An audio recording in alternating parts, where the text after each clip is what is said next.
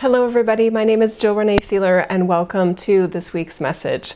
It's been an interesting summer with some time off and really appreciating the time with my family and just some alone time, and also getting my voice in a better state of health. So that's been a journey, but I've learned a lot in the process, and I think it is, I know it is getting better, which is great. Okay, so I'm not sure what we're going to cover today, but in general, the reason we do these calls is because I didn't know, as human Jill, what was possible in terms of the level of, I want to say, innate wisdom that's available to us in our humanness. And some of you that are new here are like, what is she talking about? Yeah, just hang with me just for a second, because it may blow your mind like it blew my mind.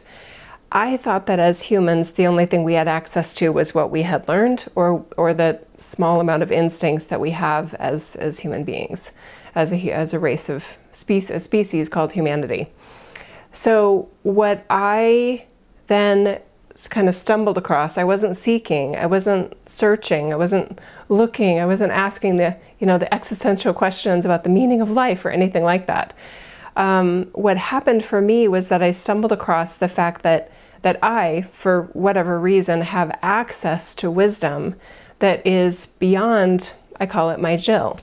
I have access to teachings and truths and insights and awareness, recommendations, suggestions, answers even, that are something I never have known as Jill, was not raised with, do not know anything about. But when I hear it, I'm like, oh my God, that's really cool. And I do want to point out, for those of you that are new, my level of interest in sophisticated things and teachings and things that make sense and are logical and rational and intellectual even is quite high. And I feel like some that don't know me, and maybe I'm just talking to the trolls on YouTube, and why would I even spend time doing that? But okay, here we go anyway. My background, I actually have an MBA, and I was in corporate at Hewlett-Packard for several years, and then did very well there. And then I was working for a smaller company, also in tech. And I mean, I'm not the smartest person you'll meet, but I'm definitely not the dumbest person you'll meet. I'm very educated. I have a great life in a lot of ways. So why would I be doing something like this? Because it's amazing. It's absolutely amazing what is available to humanity. And I know I'm not the only one that has these inner knowings of insights that humanity needs right now. I don't think we're on the brink of disaster. It's not kind of shown to me that way. But we're struggling. We're not doing as well as you'd think we could be, given, how we're wired and how we're naturally built and all these things. So we're kind of floundering in ways that are unnecessary.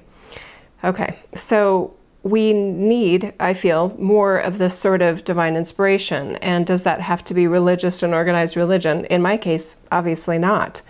I don't follow a doctrine.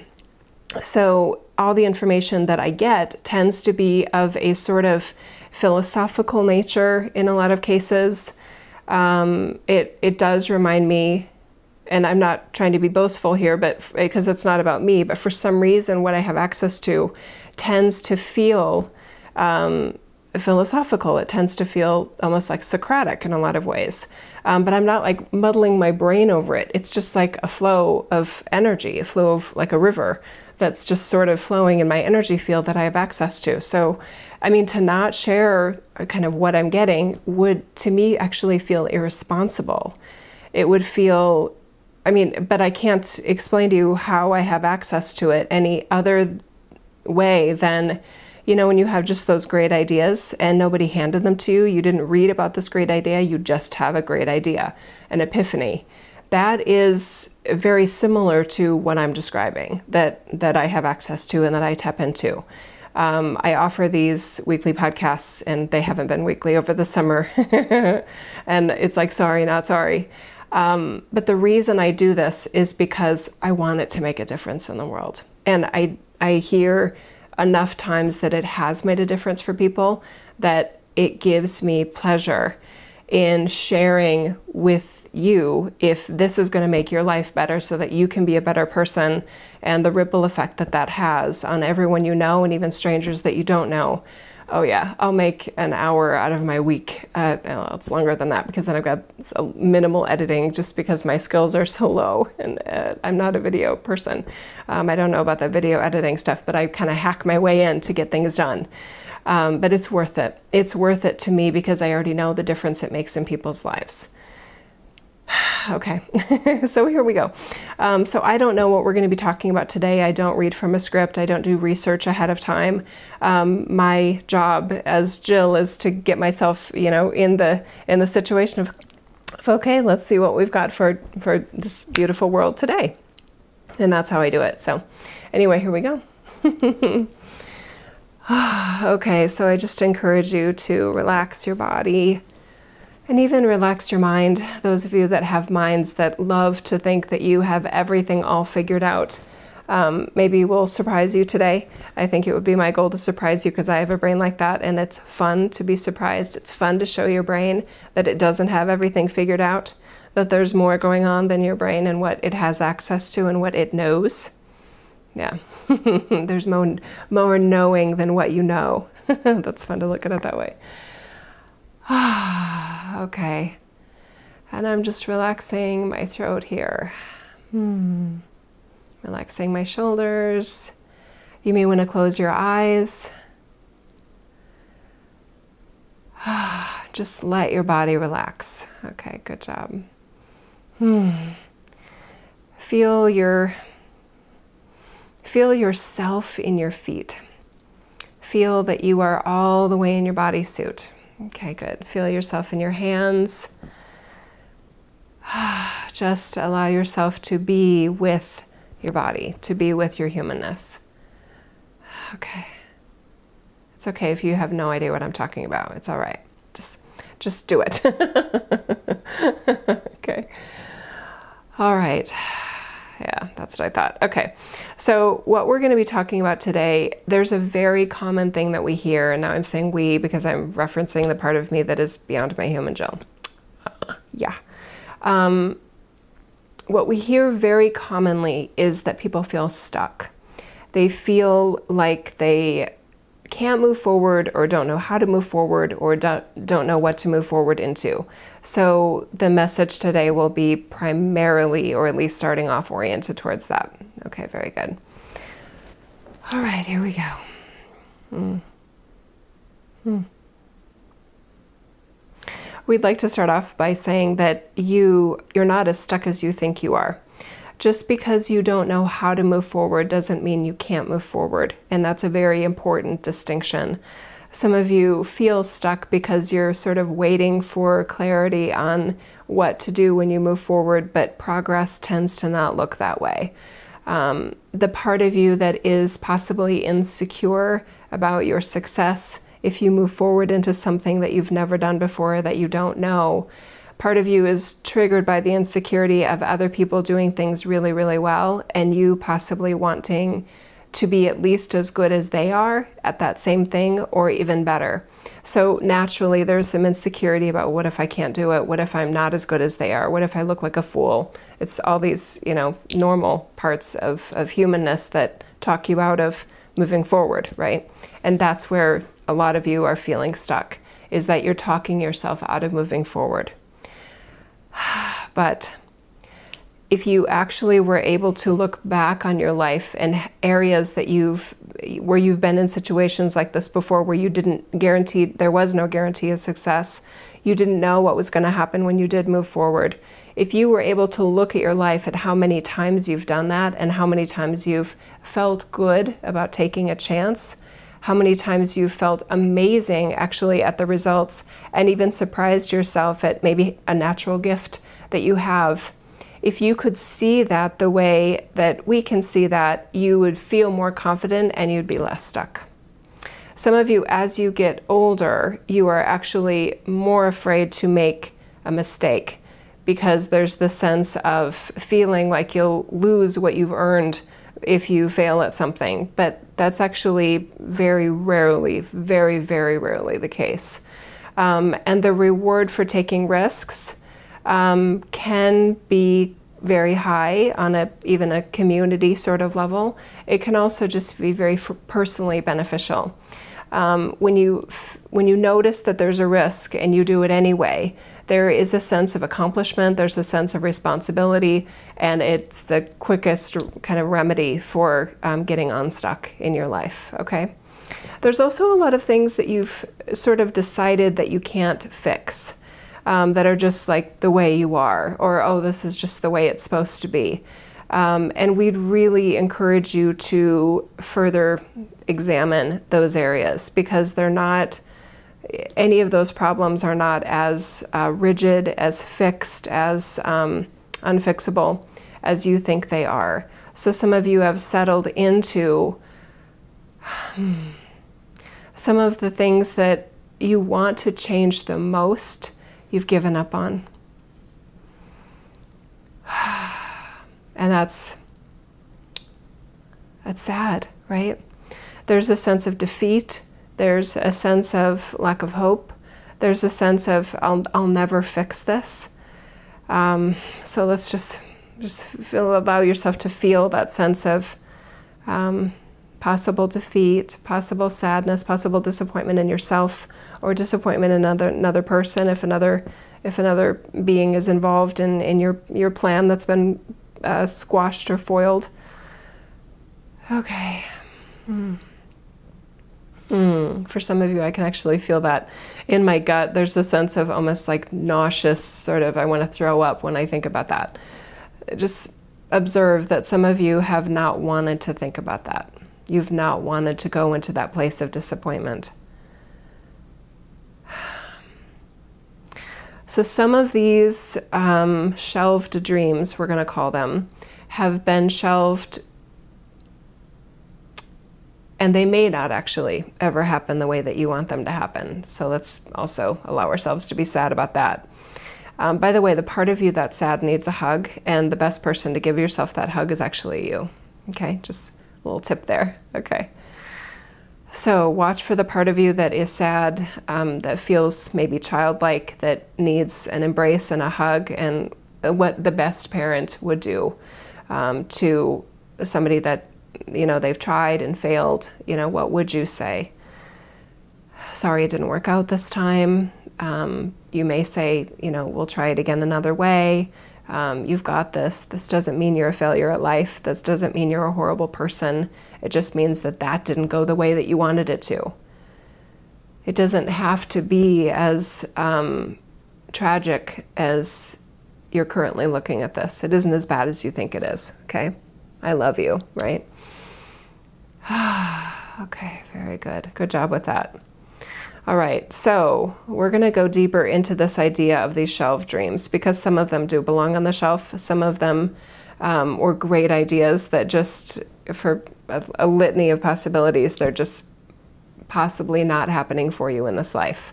And again, that doesn't mean you're a failure. That doesn't mean that was a silly, stupid dream. It's a great dream maybe, but your sense of personal you know, your soul's purpose in this life probably doesn't hinge on that as much as you think it does. But there's a part of you, especially if you're stubborn, that you just want it. But I want it to happen. Well, it's not happening so far, and you're still putting one foot in front of the other every day. So obviously there's another part of you that's functioning and getting through life. So maybe just let that shelved dream be something that you wish would happen, and maybe it will, but you're not going to, you know, bet all your coins on it, okay? Nice job. Okay. Now, some of those dreams that are shelved, you've given up on too early, or the information that you had at the time wasn't a recipe for success. A very common one with this, and Jill knows it herself, is middle-aged women feeling, it's so funny because I'm just noticing as human Jill, I don't want to say this word, but they're saying, they keep repeating it like, no, that is the word we're encouraging you to say. So I'm going to say it, and then I'll apologize later if I have to, okay? But there's a lot of middle-aged women that are starting, or maybe they always felt very unattractive. Their bodies aren't operating the way that they were in the 20s and 30s. They may have gone through menopause or premenopausal or whatever. This is a real problem. And the lack of answers that are available to this huge group of humanity, and even probably a good portion of this audience, is unacceptable. It's unacceptable that you haven't gotten the answers that you deserve to have that dream again, of living that dream, of enjoying your body, liking yourself, liking what you see in the mirror every day, liking what is so beautiful about you, even if it's different than it was 10 or 20 years ago, or 30 years ago, or even 50 years ago, depending on your age, right?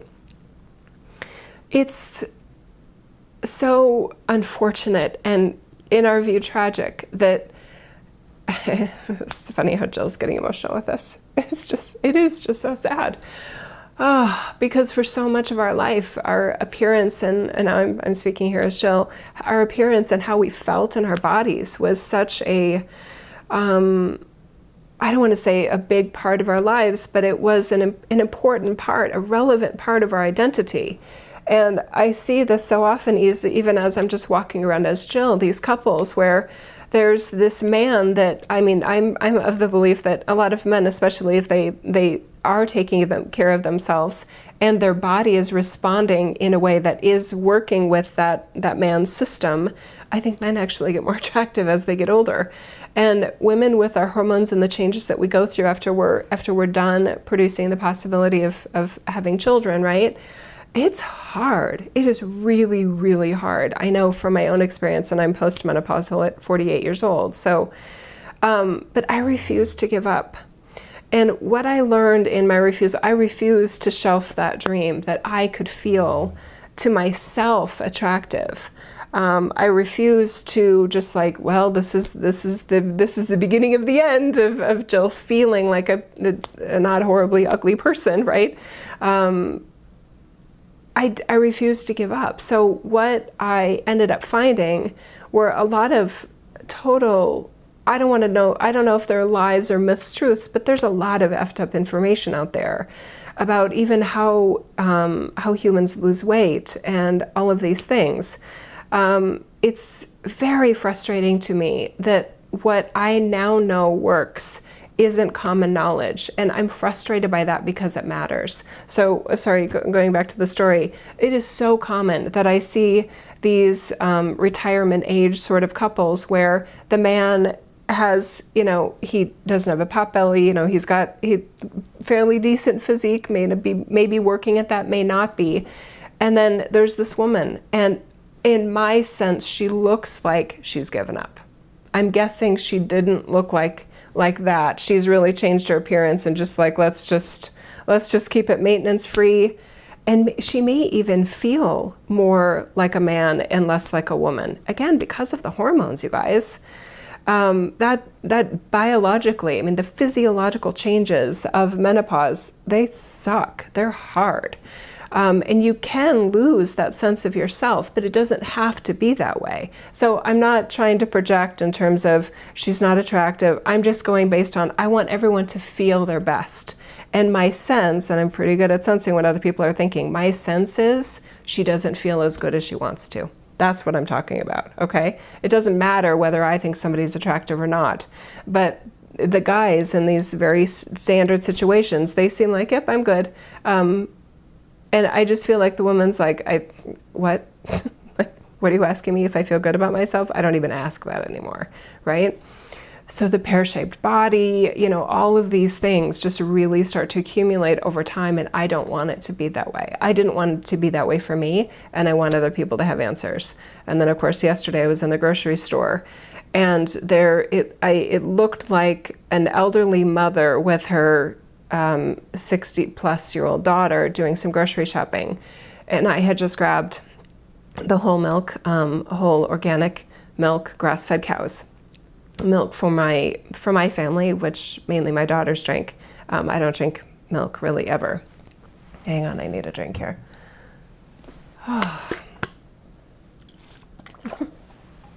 I'm kind of surprised we're going here, but it's such a great example. Okay, good. Okay. But this beautiful group, this beautiful pair of women helping each other out, she said to the one, I think she was with a walker, she said, so do you get Skim or 1%? And I just was like, oh my God, part of me so badly wants to say, you need the fat, you need the healthy fat, please don't do Skim. Because I bet you anything, the reason they're doing Skim is to not gain weight. They think that skim milk makes you skinny.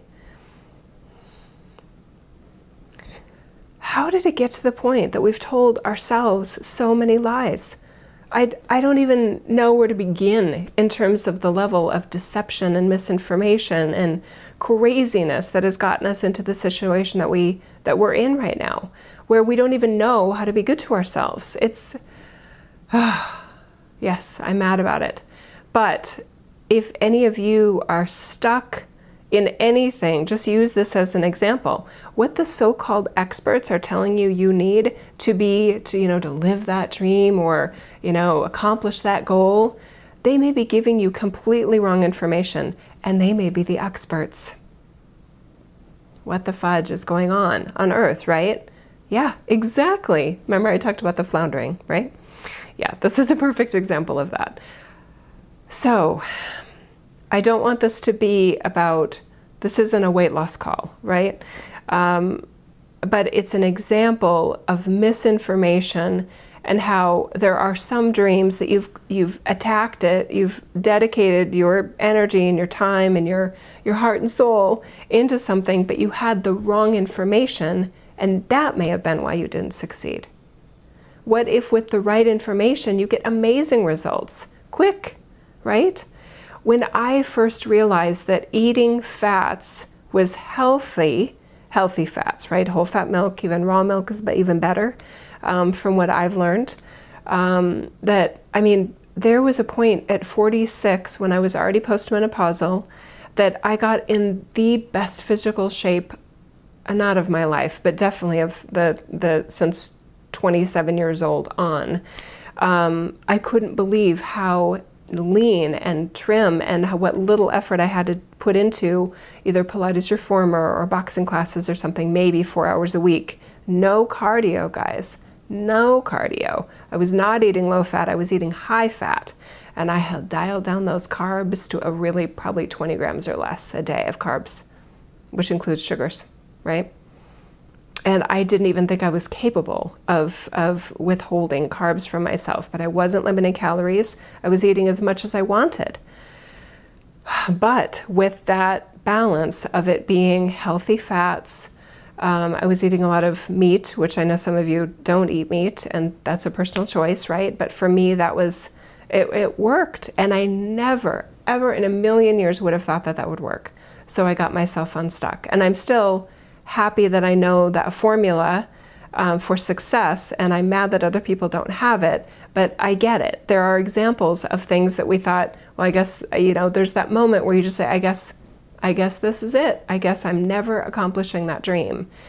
But if you open your mind, there's that mind again, right? And if you detach yourself from the so-called experts and do your own exploration and maybe be open to your own divine inspiration of curiosity, what if by restricting calories, my body is actually shutting down to a point that I could eat hardly anything and not lose weight? What if I hardly eat anything and I'm still gaining weight? What if that recipe that eat less, weigh less is wrong? What if that's a flawed equation? What if it works for some people or initially, but then stops working? That's definitely my truth now that I know better, right? So there are so many areas that we get stuck in. I'll never have that. I can't have that. This, what's worked for everybody else doesn't work for me. Well, then create your own experiment, guys. Try something radically different. Do some research. Look at, listen to, podcasts or YouTube videos or whatever that will help you look at things from a different angle that the mainstream or so-called experts wouldn't point out to you. They may not even know they exist, right? Now, I'll warn you, and I think you already know this, if you're already listening to a message like this, that once you go out of the mainstream, there's natural ridicule that happens. And I mean, my best advice there is just develop a thick skin about how you want to handle that. Because there are people that are going to be concerned about you. There are people that are going to think you're nuts and crazy and all those things. But if you start to make progress on that goal, if you start to achieve the results that you want, if you're starting to actually achieve the dream that you wanted, then who's crazy? Not you. Not you at all. And what works for 90% of the population, maybe you are a 10%er in that regard. Maybe what works for everybody else doesn't work for you. So that's not a reason to shelf your dream. That's a reason to go at it another way. And put your brain and heart and soul into being creative about another way to go at it. And then also being realistic that, I mean, if part of your dream is even to you a little far-fetched, then don't do it. I mean, I don't have a dream of, for example, I'm 5'10", so if I was like, gosh, I really wish I was 5'2", I mean, I don't understand dreams like that, that are trying to change shape and form in a way that so far in our current history has become like, well, that doesn't happen every day. That's not even a 10% issue. That's like a 0.000001% issue, right? So, have somebody around you that can, help you see, like, is this a dream that's even worth going after? Okay. All right, let's relax our shoulders right here because I want to go deeper into this issue of being stuck now that we've covered that very classic example. And it's just one, right? Never give up on yourself, though. As long as you're alive, please try to be your best self. Just because you're aging, or just because you're this, or just because you're that, there's a whole bunch of less than fortunate situations we find ourselves in. And that doesn't have to be an excuse for giving up on you being your best. And I feel like that's part of what makes living fun, joyful, exciting, and very, very unstuck is when we keep wondering, I wonder what an even better version of me could be. I think that's personally, I think that's a wonderful way to live. And by the way, that puts me quite at odds with a lot of law of attraction teachings. And I'm okay with that. So whatever works for you, do that, right? Okay, so let's go deeper into the sort of cosmic nature of getting stuck. Okay, so we already covered that you're not as stuck as you may think you are. I like that. Okay. Okay. In some areas where you have gotten stuck, it can be helpful to focus your attention on something else, where you already feel some momentum, some progress, where it feels like things are kind of moving in your favor, and that's sort of like the universe is working with you, not against you.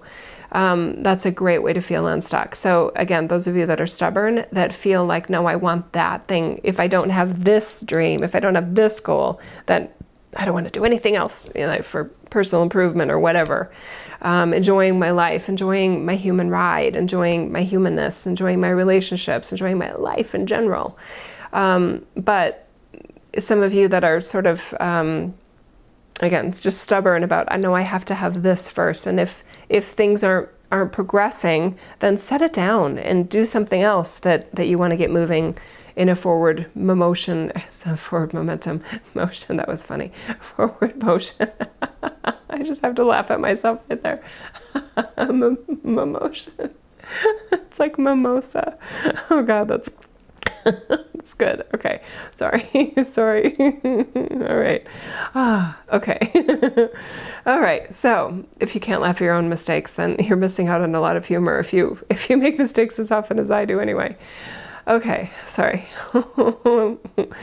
Okay. I'm sorry. I'm getting the giggles here. That's just funny. Okay.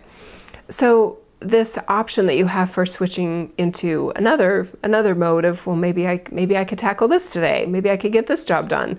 Maybe I could make more progress in this area.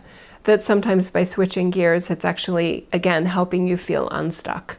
because you're not stuck in every area of your life. You're just stuck on maybe the one that you want the most, right?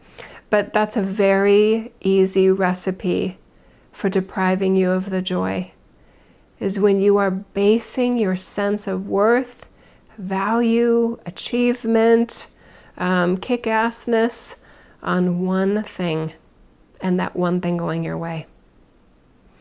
You may not have the insight about why that dream is not happening for you until after you're done, until after your humanness is over, you've died, you're in the afterlife, etc. And then it's like, oh, that's why that didn't happen. Oh God, I wish I would have known that, right?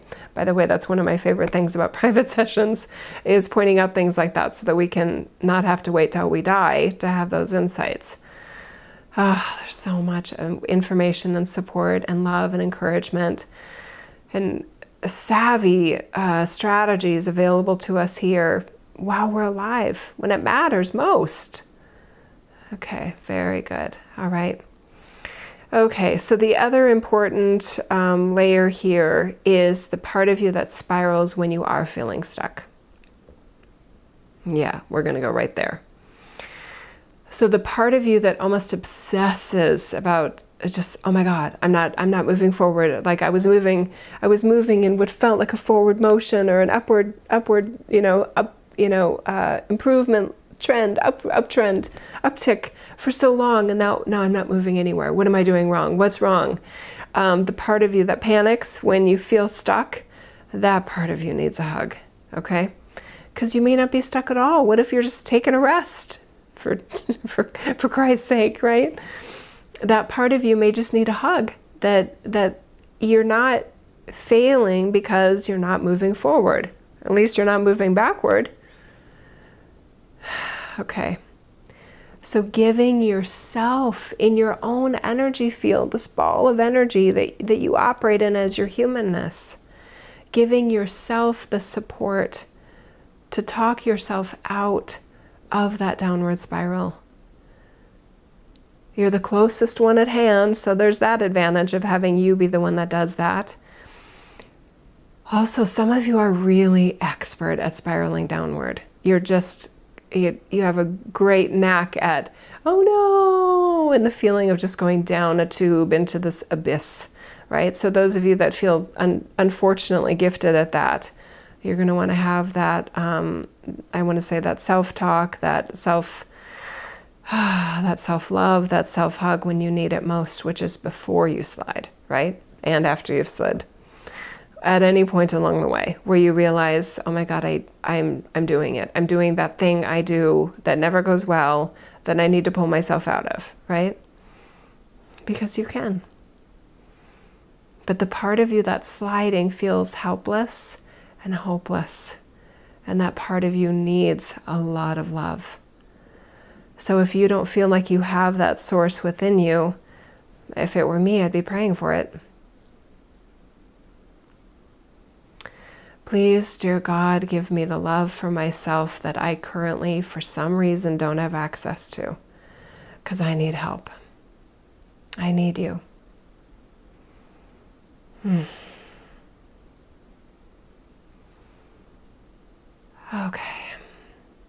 Okay. Next chapter here. There are some of you that have become amazing at excuses, and the entire level of effort for achieving the dream is all in a cerebral level. It's a lot of talk and very little action, right? So one way to get unstuck from that pattern is to take action on anything that is on your to-do list. Absolutely anything. Go for something super easy to start getting that action-oriented momentum going in terms of that's how dreams are really achieved, is through action as well as vision. Humans are not short of vision at all. Humans are significantly deficient in action on those dreams. And you know exactly what I'm talking about, don't you? Okay, so we can laugh at ourselves because it's like, okay, I've been talking about this forever, and am I going to do it or am I not going to do it? Like, let's just, let's get serious with ourselves. Let's be very real and self-reflective about, okay, and stop, don't just stay here. Start actually like taking steps and, dismantling yourself from the dream, detaching from the dream of, okay, I'm just not going to do that. And another classic example for this one is the book. Oh my God, I hear so many times in our work with you, with beautiful beings like you. Well, I've been told I'm supposed to write a book, or apparently I'm going to write a book, or I should write a book, or I want to write a book. You guys either do it or don't do it, right? It's almost like as your sister in this reality, I just want to say, please stop talking about it, right? Either do it or don't do it. It's not that hard. It doesn't, and by the way, for those of you that have been told, I'm supposed to write a book, says who? Who's the authority over your life in this case? You or somebody else that told you something? Yeah? Do you want to write a book? Or do you not want to write a book? It's not easy, right? I've done two. There are easier ways to do it and harder ways to do it, right? But I mean, get real or stop talking about it, right? Take yourself seriously enough to be honest about whether you're going to do it or not do it. And then move on. I mean, if you decide, oh, maybe I won't get that done in this lifetime, I promise you, your higher self is not crying about that. Your higher self is like, no, she or he has given up the one task I gave them. Oh my God, what am I supposed to do with this human, right? I promise you that's not the reaction that your higher self is saying. And in many of your cases, I actually sense your higher self will celebrate if you free yourself from the burden of the idea that you have to write a book, or that you're supposed to write a book, or that they want you to write a book, right? You get to decide, do you want to write a book or do you not want to write a book? And if you say, you know what, it sounds like a lot of work and I don't even know if it will even make the difference that I wish it would, whether it, makes money for you, or it makes you, like a public figure on some stage or some scene of a group that matters to you, or in this world in general. There's a lot of people that have actually written the book and it didn't have nearly the effect I thought it would on the world, or on their credibility, or on their invites to speak, or things like that. I can put myself, by the way, in that category. I definitely thought, oh my God, this book is gonna it's gonna be the big thing that makes things happen, and allows me to reach more people with what I'm sharing. Wah, wah. Not at all. Didn't have that happen. And for those of you that have bought my first two books, I appreciate you, and I hope it did make a positive difference in your life. And I'm glad I did it for that. But it didn't have the huge outcome that I, on some level of me, hoped it would. And okay, it didn't stop me, right? I didn't let that make me feel stuck. I just kept doing these other things where I get, I want to say, better feedback. Whether it's the iTunes podcasts or YouTube or the telesummits or that I say yes to, whatever, okay? All right, so just this idea that you don't have to do some of the things that you've been telling yourself you have to do. And in many cases, your higher self may celebrate you giving yourself that authority over whether you want to accomplish that goal or not. Because you would be very surprised at how much energy you've been allocating to even holding space for that dream being realized. Okay, lots of pragmatic tips here today, and here comes another one. Your dream should not have to be expensive. Your dream should not have to cost you your life savings. Your dream should not have to put you into bankruptcy. Your dream should not have to deprive you of other ways of enjoying the income that you have, or the income that you could have if maybe you focused more on the action versus the talking. Okay? It does break my heart. There's another heartbreaker for Jill, is when I hear that somebody has dedicated a huge amount of finances towards something. I actually recently knew of somebody that was paying $5,000 a month, I think they said, for some sort of coaching related to their spiritual enlightenment, or they're becoming a channel or something like that. And I was like, $5,000 a month? That's, I mean, that's a trip. That's a full paid trip to Europe. That's a Mary Magdalene trip, including your airfare every month. My God. I mean, like what we do, yeah, let me put it this way. The decisions we make sometimes because we feel like it has a guaranteed outcome, or that it will definitely be the path forward for something that matters to us. But isn't it wiser to consider those possibilities a little bit longer before you actually get out your wallet to say yes? Okay, and then actually watch for the results, the outcome that you're getting, to determine whether you want to keep going forward with something that is costing a lot of money to you. Okay? Yeah, very interesting. Okay. We could go in a lot of different directions to that, regarding how some of us look at money and that, oh, well, it'll come back. Every dollar you spend comes back. If that's working for you, I want to be you, because I work hard for my money, and my husband works very hard for the money that he earns. So maybe I'm doing something wrong, and you've got some magic sauce there that I don't know about. But yay you, if that's working for you. It doesn't work that way for me, and I don't feel like it works that way for most of us. Yeah. Okay. Okay, that's interesting. Samson is laying behind me and he's having a dream. He's kind of doing this groany thing. He sounds like a whale. Okay, let me see what else. That actually feels good in terms of the stuck part. But okay, so one little summary thing that feels good. If you've been trying something that hasn't been working, then stop. Reflect and possibly attack it another way, or just set it aside for a while, right? But isn't that the definition of insanity? Insanity is doing the same thing over and over and over again and expecting a different result. And the funny thing is, I've actually heard some of you, well, some of our audience here, I've heard at times somebody make that quote, but yet they're doing it in their own life.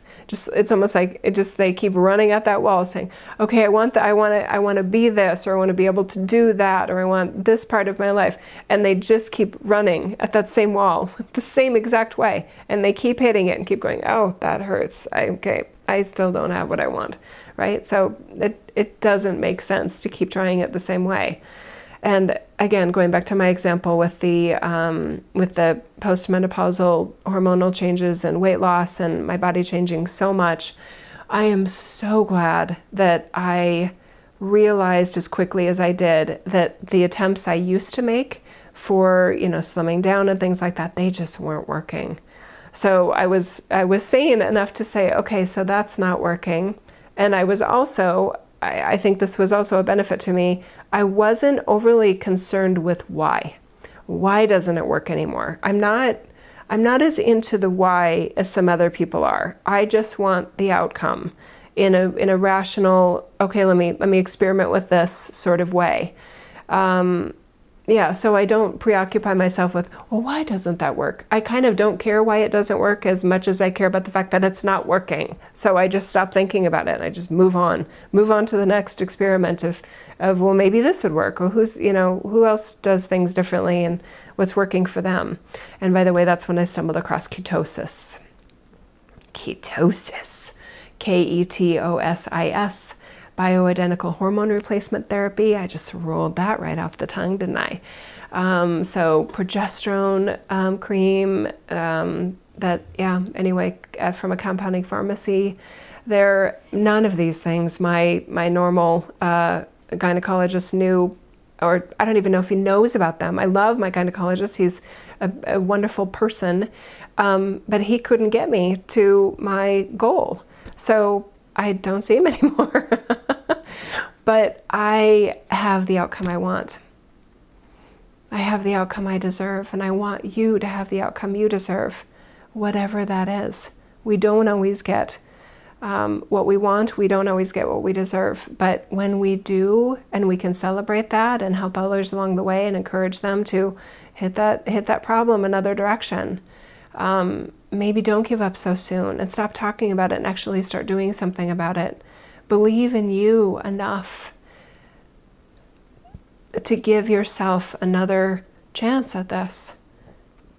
Be honest with yourself, have the self-awareness, have the logic involved at some level of you to be reasonable, while also staying dreamy. It's a very special part of who you are. Okay, very good. All right, I'm going to open up the chat room for those of you that are live to see if there's anything specific that you want to ask. I don't want to do personal readings here, but if there are specific questions that you have regarding what we talked about, or anything you want to add to it, I'm always open to that. Well, not my team just said not always. True, not always. Being honest there.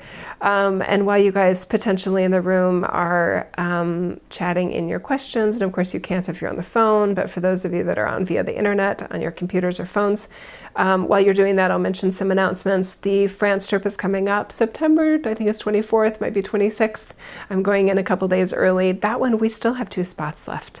And some of you actually, I always assume that everyone knows what I know, because I always feel a little bit behind. Well, I tend to feel a little bit behind because I haven't read as much as some of you have read, and there's a lot of things you know that I don't know.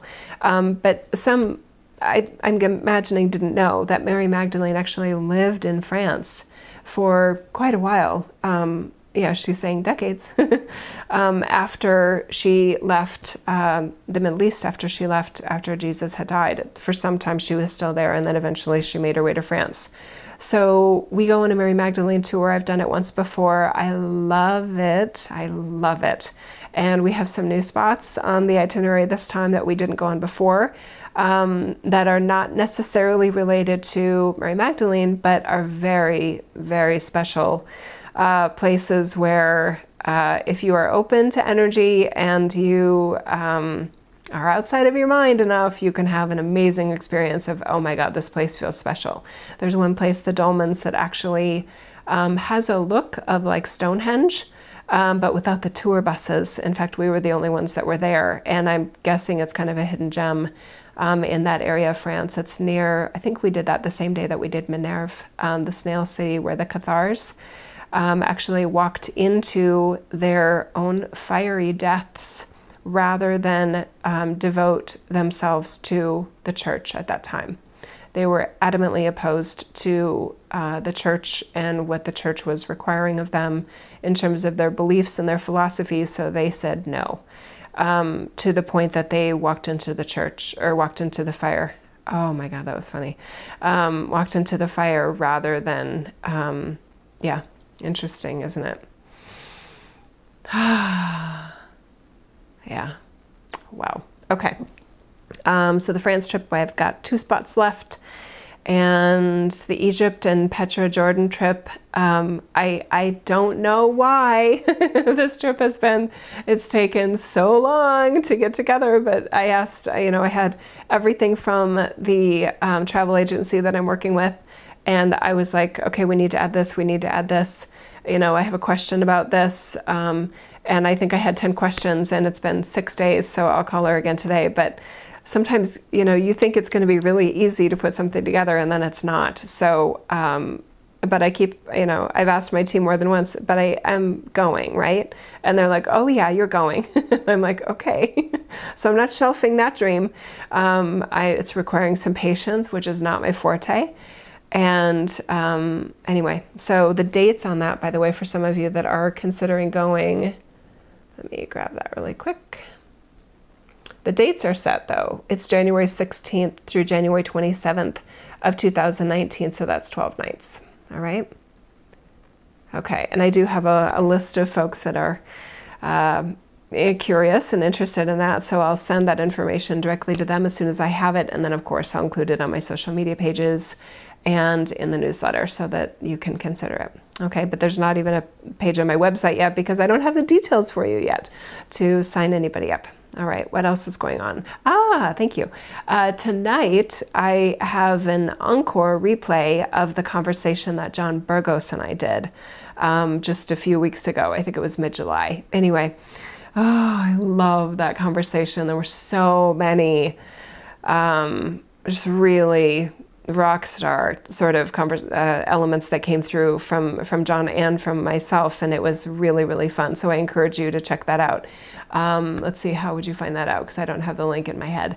But if you go to my website, jillreneefeeler.com, and look at events, you'll get the link there. Or if you're already getting emails from Beyond the Ordinary, the link should be there as well. Okay. Yeah, my team is just saying, do you want to talk about telesummits? I could. I only do about 2 or 3 telesummits. And the main one that I say yes to is Beyond the Ordinary. John and I have a very complementary chemistry.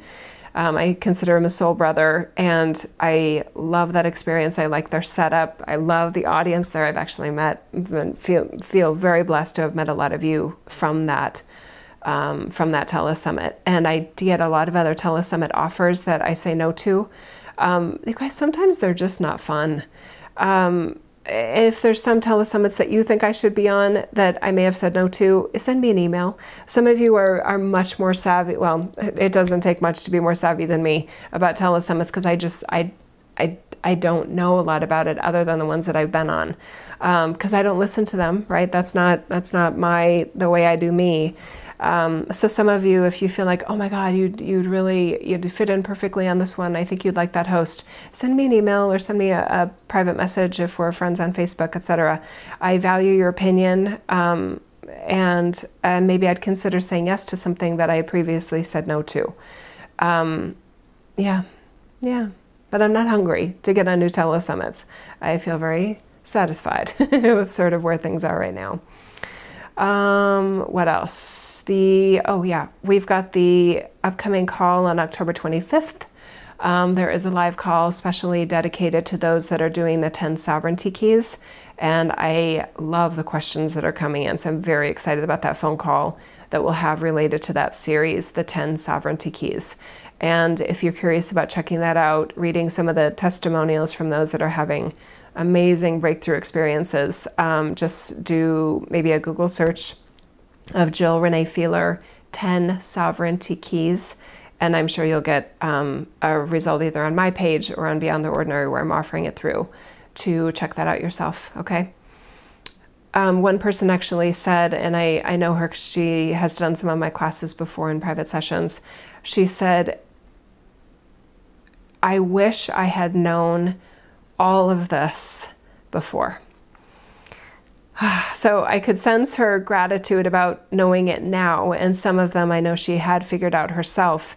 But she said, this could have saved me years and, a lot of frustration, a lot of money perhaps, had I known these things. We get very, very blunt in the 10 sovereignty keys. There's a level of kind of raw honesty there that so far is going over well. I haven't heard anything negative from anyone about, you're just like, this is like cold hard truths hurt my soul, right? They actually don't hurt your soul. They free your soul, you guys. That's what I know.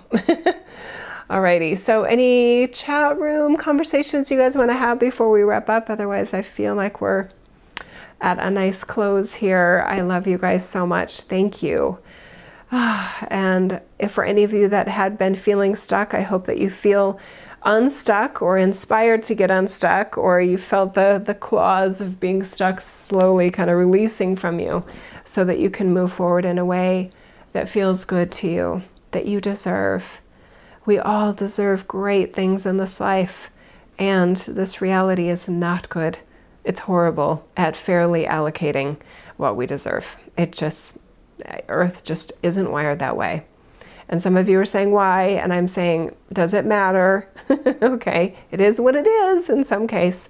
And spending our energy focusing on what does work for each of us individually feels to me more productive than endless philosophical or theosophical, I think that's a word, should be if it isn't, sort of ruminations about, well, why is it the way it is? I'm so much more outcome and action based than rationalization based. So it works for me. Maybe it'll work for you. I don't know.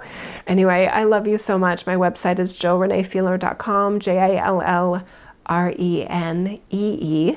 as in Frank, EELER.com. And thank you if you like this for giving it a thumbs up or hitting like or sharing or commenting or subscribing. All of those things help the algorithms on all the social media places where I share this. For those of you that love YouTube, I'm glad to be on YouTube for you.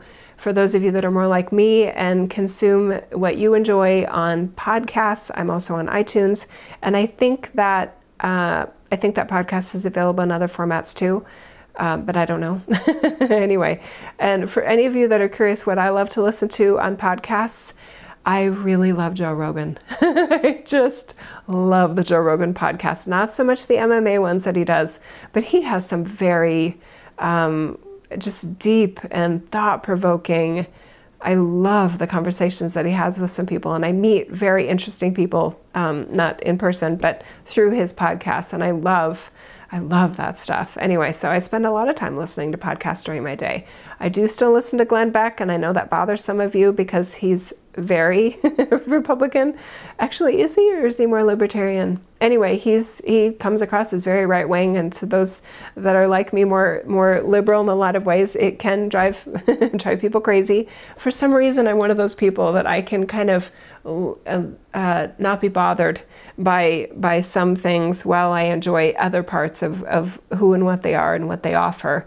And then I just kind of, fast forward the other kind of preachy sorts of sides to it. He has a lot of interesting opinions about things from a perspective of the right that it helps me realize that there are people on the right that are actually sane. They're not all diabolical. They're not all haters. He's I think a good person, and I like his thought. He doesn't go with the party all the time, and occasionally I listen to the Glenn Beck show. What else do I listen to? I was listening to Sam Harris a little bit, not as often, but Joe Rogan is my top. Okay. All right. I love you guys. Mwah. Bye for now. I love you. See you next week. My kids go back to school on Monday, so my schedule will feel more normal even to me. And I'm sad that they're going back to school already. The summer went way too quick. Okay. I love you. Bye-bye.